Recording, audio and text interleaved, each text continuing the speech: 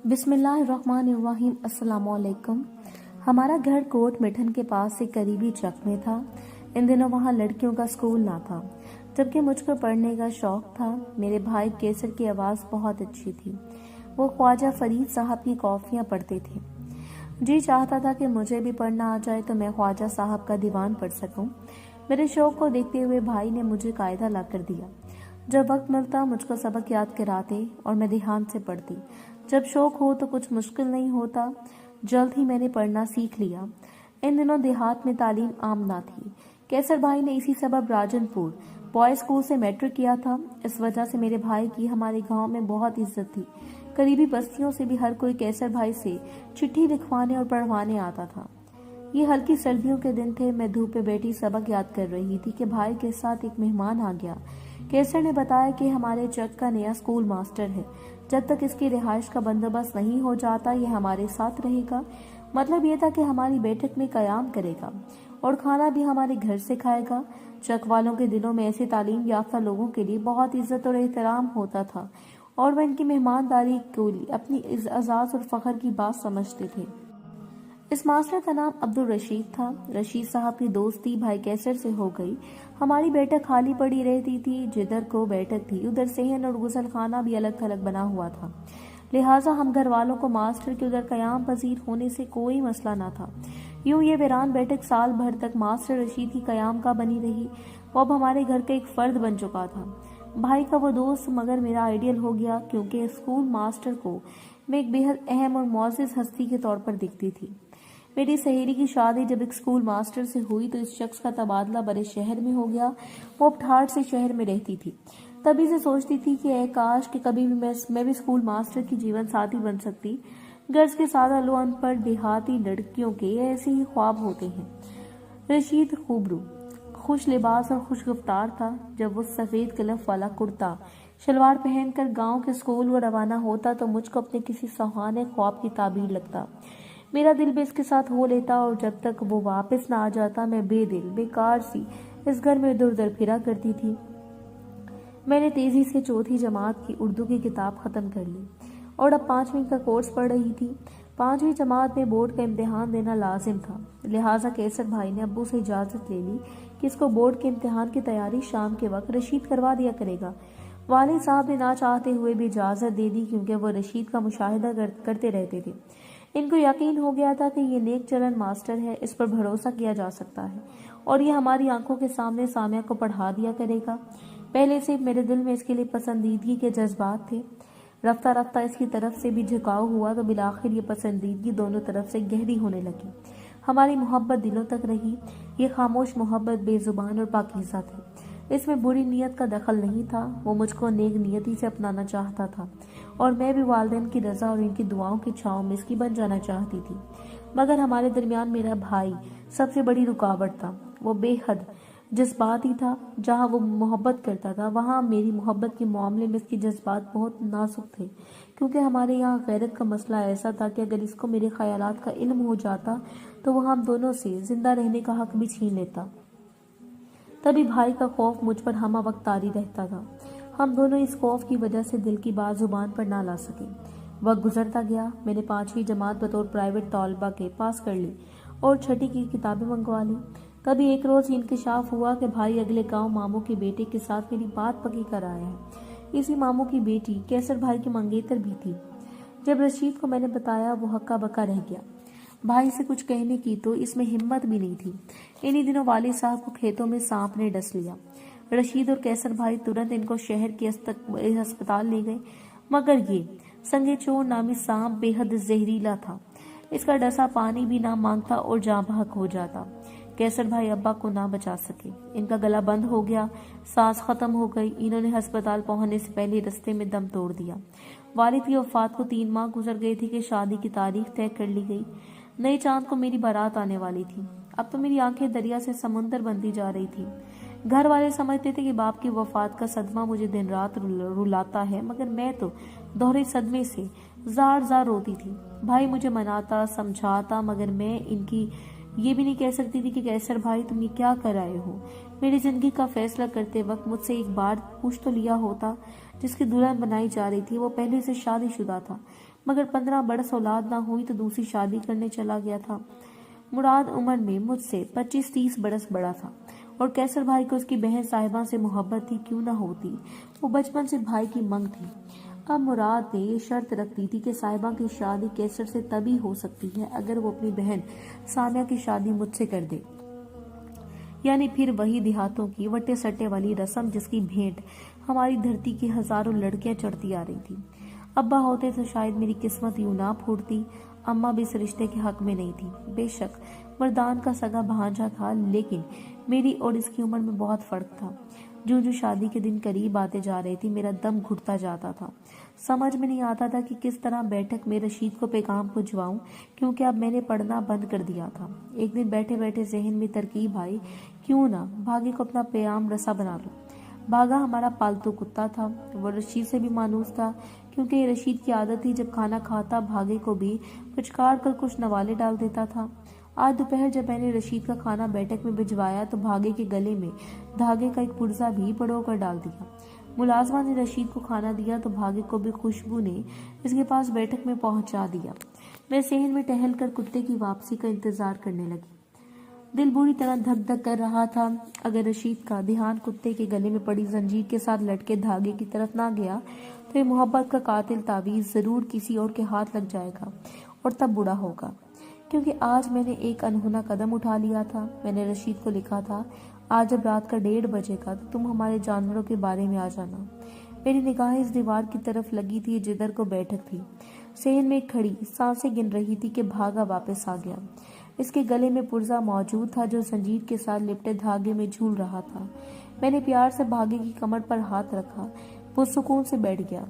कागज के पुर्जे को इसके गले से निकाला। पैगाम बदल चुका था। रशीद ने लिखा था, मैं जरूर आऊंगा, इंतजार करना। रात का 1 बज गया तो मैं दबे कदमों सहन में निकली। ऊंची घर पर धीरे खड़े से पानी निकाल कर पिया। बराबर में वो दरवाजा था जिधर से गुजर कर डंगरों के बाड़े को जाते थे। भागे ने मेरी बू सूंघ ली। मेरी जानिब लगता मैंने इसकी कमर पर पांव रख दिए, जिसका मतलब था कि मैं कोई गैर नहीं, शांत हो जाओ। वो दुबक कर बैठ गया, भौंका भी नहीं। थोड़ी देर तक मैं सहमी सी बारे में पड़ी चारपाई पर बैठी रही। भागा जो हमारे जानवरों का रखवाला था, इसको मेरा यहाँ बैठने पर कोई एतराज नहीं था। वो पुरसकून था। तभी कदमों की चाप हुई, इसके कान खड़े हो गए। मैंने इसको मजीद पुरसकून रहने का इशारा किया। अपने पांव से इसकी कमर को सहलाया। वो जान चुका था कि आने वाला भी कोई गैर नहीं है। इसको रोजाना नवाले खिलाने वाला रोजाना जो इसको अब्दुल रशीद मास्टर ही है। अब इसकी क्या मजाल के चूं कर जाता। आते रशीद ने जल्दी से मतलब की बात की। कहो क्या कहना है। मैंने भी हाल कहने को वक्त का ज़िया जाना और मतलब की बात बढ़ा गई। रशीद, क्या तुम कुछ कर सकते हो मेरे और अपने लिए, या फिर मैं इस 45 साल के उधेड़ उम्र की लाई डोली में बैठकर इसके गांव चली जाऊं? क्या तुम में कुछ हिम्मत है? मुझे मरने से बचा सकते हो? तुम्हारे भाई को मुझ लिहाज है कि वो मेरा दोस्त है, मुझ पर भरोसा करता है, वरना जरूर तुमको हर तौर पर हासिल कर लेता। अच्छा तो फिर वो लिहाज ही करता रह जा। मैं तो कुर्बान हो जाऊंगी, तुम बाद में पछताओगे। ये कहकर मैं रोने लगी। वो घबरा गया, कहने लगा, अब लौट जाओ, कल देख लेंगे। इस वक्त यहाँ हमारा होना ठीक नहीं है। अगर यहाँ बात करना ठीक नहीं है तो कल रात को जब चांद इस खजूर के दरख्त के ऊपर हो और तुम सामने वाले खेत में स्कूल की दीवार के पास से मुझसे बात करने आ जाना। ठीक है? इसने कहा, ठीक है। जैसा कि इसके पीछे दुश्मनों की फौज लगी हो। वो बेहद उजलत में था। फिर भी मैंने हाथ बढ़ा दिया। अच्छा तो फिर वादा करो कि कल रात को आओगे। वो अपना इरादा जो भी हो पक्का करके आना। मैं रोज रोज इस तरह से घर को रात को निकलकर खेतों में नहीं आ सकती। ये मोहब्बत का खेल जानते हो, यहाँ पर मौत का खेल होता है। जानता हूँ। वो फौरन ये कहकर बाड़े से बाहर चला गया। इस दिन को तो मिलना दुश्वार था। वो बिला सबब और बगैर इजाजत हमारे घर के अंदर नहीं आ सकता था। बैठक तक की रिहाइश महदूद थी और मैं दिन को बाहर नहीं जा सकती थी। घर के अंदर इसके आने जाने पर भी बिला सबब इसके घर वालों के साथ मुखातिब नहीं हो सकती थी। बगैर सोचे समझे अगली रात को जब चांद खजूर के दरख्त के ऊपर पहुंचा, किसी दीवाने की मानिंद घर से निकलकर खेतों की तरफ चल दी। वो हस्बे वादा स्कूल के अगबी जाने बिना मुंतजर था, जहाँ ईंटों का ढेर पड़ा था। मैं भी इसके साथ एक डेरी पर बैठ गई। चंद लम्हात गुजारे कि वो उठ खड़ा हुआ, बोला उधर बैठना भी ठीक नहीं है, आगे चलते हैं। वह बगैर सोचे इसके साथ हो ली और हम आगे आगे नदी की तरफ बढ़ने लगे। हम दोनों को पता नहीं था कि हमने कहाँ जाना है और किस पनाहगाह में जाकर हमको अमान मिलेगा। हम यूं ही बिना कुछ कलाम के एक पहाड़ तक चलते गए, यहाँ तक कि नजदीकी कब्रिस्तान तक पहुंच गए। सामने एक और बस्ती थी, मगर हम इस वक्त इस बस्ती में भी दाखिल नहीं हो सकते थे। सबसे बड़ा खतरा अगली बस्ती के वो कुत्ते थे जिसके लिए हम अजनबी थे, और वो हमारी बू सूंघकर सारी बस्ती को शोर मचाकर जगा देते। हम इन कुत्तों की खसलत से वाकिफ थे। एक कुत्ते के गुराने की देर थी कि कई इकट्ठे होकर भौंक भौंक कर आसमान सर पर उठा लेते। मैं किनारे पर पड़े एक पत्थर पर बैठ गई। अब चला नहीं जाता था। चांद की रोशनी मध्यम होती चली गई और रशीद के हाथ में जो टॉर्च थी वो भी मध्यम सी रोशनी देती थी। अब किधर जाना है? मैंने लंबा सांस लिया। ये तो मुझे भी नहीं मालूम, तो फिर चलते क्यों हो? मैंने शिकवा किया। तुमने ही तो कहा था कि मेरा साथ दो, तो मैं तुम्हारा साथ देने को चल पड़ा। इसका जवाब बेवकूफाना लगा। अच्छा, तो अब क्या करना है? क्या वापस चलें? वापस जाते सुबह हो जाएगी, इधर न ले जाएंगे। अच्छा, ऐसा करो कि ये जो सामने टूटी हुई कोठी सी नजर आ रही है, इसमें चलकर बैठते हैं और आगे की सोचते हैं। रस्ते से उठकर हम सामने नजर आई कोठरी की तरफ चल दिए। कुछ दूर चलना पड़ा। ये कोठरी ना एक छप्पर था जिसके अंदर कब्र बनी हुई थी, कोई बहुत पुरानी कब्र जिसके वारिस शायद अब यहाँ न छोड़ गए थे। तभी कब्र के सरहाने बड़ा शगाफ था। रशीद ने रोशनी डाली। शगाफ में घड़ा नजर आया। गोया बहुत पुरानी कब्र थी और अब इस शगाफ के अंदर किस किस्म के जानवर धूप से बचने को आराम करते होंगे। अब मुझे खौफ आने लगा। मैंने कहा, ये कोठी नहीं है, ये तो कब्र है। वो बोला, तो इसमें थोड़ी देर आराम कर लेते हैं। मुझको झुरझुरी आ गई। क्या कब्र में थोड़ी देर को आराम किया जाता है? ये तो मरने वालों की आखिरी आराम गाह होती है। हम बाहर ही ठहरे रहे यहाँ तक कि फूटने लगी। सुबह का सफेदा नमूरदार होने को था। रशीद बोला, मेरा वक्त पर स्कूल पहुंचना जरूरी है, वरना हम दोनों एक साथ गायब होने से वो समझ जाएंगे कि हम इकट्ठे भागे हैं। मुझे जाना ही होगा। और मैं कैसे वापस जा सकती हूँ? तुम इस गड्ढे में बैठ जाओ, मैं स्कूल की छुट्टी के बाद यहाँ आकर तुमसे मिलूंगा। मुझको अपने कानों पर यकीन नहीं आ रहा था कि ये रशीद कह रहा है, मगर वो मिस्र था कि वो सही कह रहा है और इसके सिवा कोई दूसरा रास्ता नहीं। मेरा डर दूर करने के लिए मेरे सामने एक पुरानी कब्र में उतरा। वहां एक गोटरी और तकिया पड़ा था। पानी का गिलास और मटका भी रखा था। गोया किसी मस्त मवाली या फिर दरवेश का ठिकाना था जो कभी यहाँ आकर पड़ जाता होगा। इस रात का तो ये ठिकाना खाली पड़ा था। छोटे से मटके में पानी बस थोड़ा सा ही था। सुबह की रोशनी फैलने लगी थी। रशीद मुझे तसल्लियां दे रहा था। कहने लगा कि जरा सा दिलेरी का सबूत दो। मैंने इस घड़े में उतर कर देखा है, अंदर से साफ है और बैठने की जगह ठीक है। तुम शाम तक इसमें रह जाओ, मैं शाम से पहले आकर तुमको निकाल कर ले जाऊंगा और तब तक तुमको कहीं छुपाने का बंदोबस्त भी कर लूंगा। कोई ना कोई महफूज राह निकाल लूंगा। मैं तो खुद खौफजदा थी। इसे समझाया कि मैं वापस गांव ना गया तो तुम्हारे भाई को शक हो जाएगा। सुबह नमूदार होने में 1 घंटा 1.5 बाकी है। मुझको तो भागकर पहुंचना है, वरना पकड़े जाने मौत को बेआवाज देना जैसा ही है। अब मेरे लिए इसके सिवा कोई चारा नहीं था कि जिंदा कब्र में उतर जाऊं। इसने मुझे टॉर्च और माचिस दे दी और चला गया। चांदनी रुखसत हो चुकी थी। सुबह सादिक का वक्त था। अंदर रखा हुआ जिसमें तेल भी मौजूद था। ऊपर से कब्र शिकस्ता मगर अंदर से ठीक थी। मुमकिन है कि बस्ती के बदमाशों का बसेरा हो, मैंने सोचा, क्योंकि फर्श साफ सुथरा था और चटाई का एक टुकड़ा भी बिछा हुआ था। रशीद मुझे तसल्लियां और ढारस देकर चला गया। वो 15 मिनट मेरे साथ बैठा होगा ताकि मेरे दिल से खौफ निकल जाए कि कब्र में अभी तक अंधेरा था। कोई और वक्त होता तो मर जाना पसंद करती, मगर यहाँ 1 मिनट रहना पसंद न करती। बूढ़ा हुआ कि मोहब्बत के इस भूत का कि इसकी खातिर आदमी जीते जी कब्र में उतर जाता है तो ताज्जुब की बात नहीं होगी। रशीद तो चला गया। हैरान हूं कि मैं कैसे इस वक्त सुबह सादिक के मल्च के अंधेरे में इस गड्ढे में बैठी रही। इस होलनाक सन्नाटे में, इतनी वहशतनाक माहौल में, इतने भयानक कब्र के अंधेरे में, रूहों के शहर खामोशा में तन तनहा अपने खुदा को याद करके आजी से दुआ करती रही। अब तो डर की लहरें दिल से उठ रही थी और मैं रशीद के तस्वर की रोशनी को अपने इर्द गिर्द महसूस करके खौफ के भूतों को खुद से दूर रखने की कोशिश कर रही थी। क्या कयामत का दिन था जो अल्लाह अल्लाह करके तमाम हुआ। सुबह से शाम तक अल्लाह ताला ने सारे आलम पर सूरज का नूर फैला दिया था। कुछ रोशनी की किरणें मुझ तक भी आईं। तमाम दिन तंग सी कोठरी में कैद रही जिसका 3/4 दहाना एक बड़े पत्थर से रशीद ढक कर गया था। तभी तो सांस लेना दुश्वार हो रहा था। शाम हुई तो फिर से आने वाली बात के अंधेरे का तस्वुर जान लेने लगा। जी चाहता था कि यहाँ से निकल भागूं, चाहे किसी बस्ती वाले के हाथ आ जाऊं। कोई अच्छा इंसान मिल जाएगा तो घर ले जाएगा, पनाह दे देगा। मगर रशीद के वादे से मजबूर थी, जिसने कहा था कि मैं शाम को जरूर आऊंगा। तुम हिम्मत और हौसला न हार देना, हर हालत में मेरा इंतजार करना। मेरी हालत इस परिंदे की मानद थी जिसके कफ्स का दर खुला हो मगर उड़ने से मासूर हो। रात आई और गुजर गई। क्या बयान करूं कैसे ही भयानक रात मुझ पर गुजरी। तमाम शब खौफ से कश्ते खून में गुजरी। एक लम्हे को आंख न लगी। सुबह हो गई मगर रशीद न आया। दिल बहुत घबराया और सोचा कि शायद मुझको कहीं लेकर जाकर छुपाने का ठिकाना ढूंढने में वक्त लग गया हो। फिर मेरे भाई और घर वालों में मौजूद रहकर इनको भी तो बावर कराना था कि मेरे गुमशुदा होने में इसका हाथ नहीं है। इसकी गैर मौजूदगी इसकी बात की चूली बन सकती थी। सो एहतियातन वो ना आया कि किसी ने पीछा तो किया तो रास ना खुल जाए।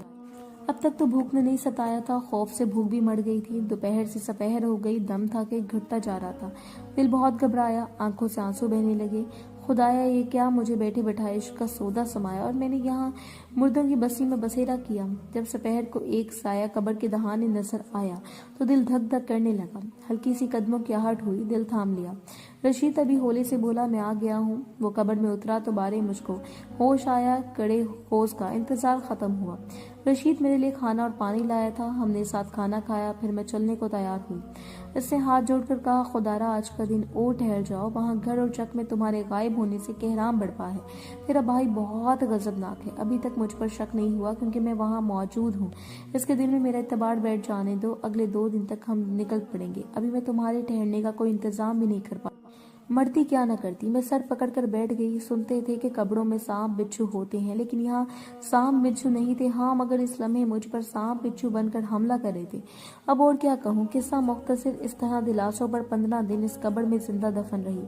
किसी रात मौका निकाल कर वो मेरे पास ठहर जाता और मुझको बाहर टहलाने के लिए ले जाता। 3 वक्त का खाना एक वक्त में दे जाता और साथ तसलियां भी कि बस आज कल में मसला हल हो जाएगा। मैं तुम्हारी बस्ती से तबादला कराने में लगा हूँ।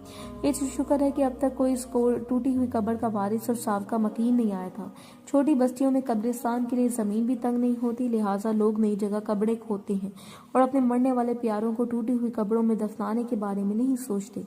लिहाजा इस तरफ जहाँ मैं थी किसी का ध्यान नहीं गया था।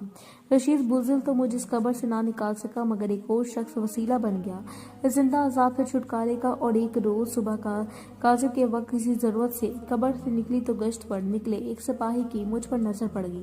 वो सरकारी काम से जा रहा था। इधर से गुजरा तो इसने मुझको गड़े से निकलते देख लिया और अपनी साइकिल का रुख रस्ते से मेरी जानिब मोड़ लिया और आ घेरा। मेरी तो हालत बुरी थी, कब से नहाई ना थी, हाथ पाँव में मिट्टी मिट्टी हो रहे थे। अगरचे रशीद ने बाल्टी, लोटे और पानी का इंतजाम कर दिया था, फिर भी कब्र तो कब्र ही होती है। वो बोला तो औरत है कि डायन जो कब्रों में घुसी पड़ती है। तभी मैं फूट फूट कर रोने लगी। सारा किस्सा हिचकियों ने सुना दिया। वो भला मानस था, इसको मुझ पर तरस आया। बोला लानत भेज दो इस मर्द पर।